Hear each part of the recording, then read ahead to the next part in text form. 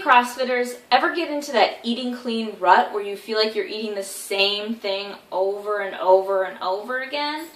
I'm ErinTheBeast, founder of ErinTheBeast.com and creator of the Beast Mode Method, a custom-built program for hardcore CrossFitters who want to dominate at the box. Today I'm going to show you a very simple and quick recipe that will help you to get out of that food rut. It's a very versatile recipe that you can literally change into a million different things that is always going to keep your taste buds on their toes. So basically what this is a cauliflower and root vegetable mash. But it's very different from like the cauliflower mashed potatoes and stuff like that that you've seen before, I know it. So basically what we're going to do is take a really big glass pan like this guy, and we're going to make enough so that you can have leftovers for kind of grab and go for lunches and snacks and things like that, and to change up with each meal that you make if you want to.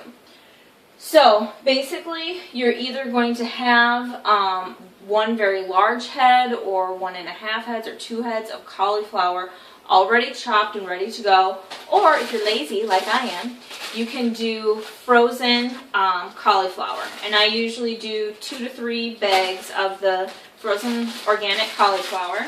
So we're just going to rip this baby open and pour it into our pan. I really hate cutting up cauliflower, and broccoli, so I always buy the bags. Okay, so we got that in there, and we're just going to spread that around. And then we're going to take 1 very small clove of garlic and throw that in there whole. I found that if you use a large clove of garlic, something that tends to happen is that it really overpowers the dish and it tastes like you have 10 cloves of garlic in there. So just use either like a sliver of a large one or a very small clove. Then we're going to take, now this is where it gets interesting, 4 carrots and a parsnip is what I'm doing today. However, to change this dish, you can put in whatever other veggies that you want. You could throw onion in here. You can throw in, I've done turnips, rutabaga, like a half of a celery root is really good because it gives it just a slight celery kind of flavor to it. You could do, you know, butternut squash or sweet potatoes or something like that. Anything. Any other vegetable, really. The world is your oyster. So throw that in there, and then you could put some fresh basil in here if you wanted, or rosemary or something like that. How you're going to change the dish up is by adding in different vegetables and different herbs. Today we're just making the stripped down basic one just to kind of show you the foundation of the recipe, and then from there you can just kind of let your imagination go wild. So you got all your root vegetables in there, you got your cauliflower in there, you're going to take some Himalayan salt, I don't really measure, and you're just going to sprinkle a little bit of that over the top. So you're probably going to add more when you are about to eat it. And then you're going to take, I like the Pacific Organic brand of vegetable broth because they have the least amount of ingredients in their vegetable broth, and it's also certified non-GMO. And I just kind of go back and forth with the bottle over the top just so that there's enough vegetable broth to cover the bottom of the dish. You don't need to like soak it or anything like that. And then we're going to take some coconut oil, and my bottle is kind of slippery here. There we go. Take a little bit of coconut oil. I forgot to grab a spoon before we started. So my coconut oil is kind of melty because we don't have our air conditioning on, so once it gets above like 75 degrees, it starts to melt, which kind of makes it a little bit easier to spread. So I probably put in there about 3 to 4 tablespoons and just kind of sprinkle it around. If you had really firm coconut oil, you could melt it beforehand, or put it outside on the deck and let it melt a little bit before you use it. And then just kind of mix it around a little bit. And then you're going to have your oven preheated for 400 degrees.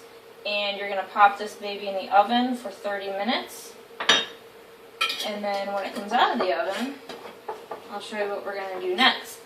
But this is, like I said, the foundation of the recipe. And you're going to change it up by adding different herbs, different vegetables, and stuff like that to the dish.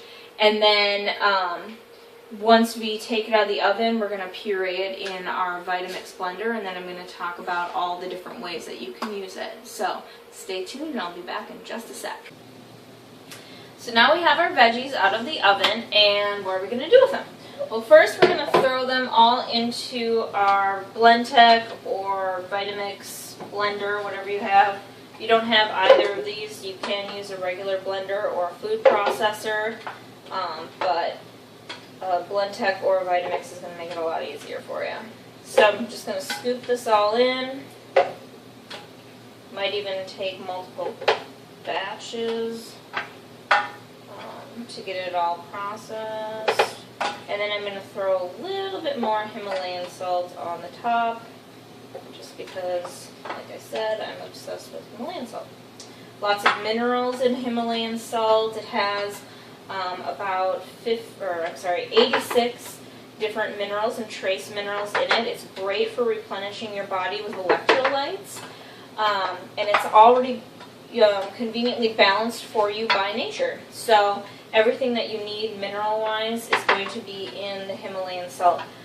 Way more healthy than doing like a table salt or iodized salt or anything like that, which is actually very processed and pretty much just chemicals, and your body doesn't know what the heck to do with it. So there we go. We have all of our veggies into the blender. And we don't need to add any more liquid or anything like that. Now this is where it can get interesting. You could throw some fresh herbs in at this point. You could throw some curry, some turmeric, different Indian spices in and things like that, and make this into a sauce for an Indian dish. You can, a lot of times I'll steam or roast a bunch of veggies and have some chicken going in the oven, and then when I bring it all together, I'll throw this over the top with some curry and some turmeric in it, and top the whole thing off with a little bit of cilantro, and it's fabulous. You can also puree this way, and then by this way I mean just like not adding anything else into it, just using it as the base recipe. And instead of doing tomato sauce on a pizza, you can put this guy on top of your pizza, just to add some different flavor, something a little bit different. You can use it as is, as a side. Like I said before, a lot of times I'll use it with meatloaf. You can use it to top different vegetables or pasta or different casseroles and things like that you're making, and just continue to change it up and try different things with the different veggies and the different herbs that you use in it. So it's super versatile. If you're a person that really likes creamy sauces and you like your food to be really savory and creamy and stuff like that, this is definitely going to be one of those bases that you're going to use all the time, and you'll find new ways to have it be ever-changing for you. So we're going to blend this up real quick. So flip it on high.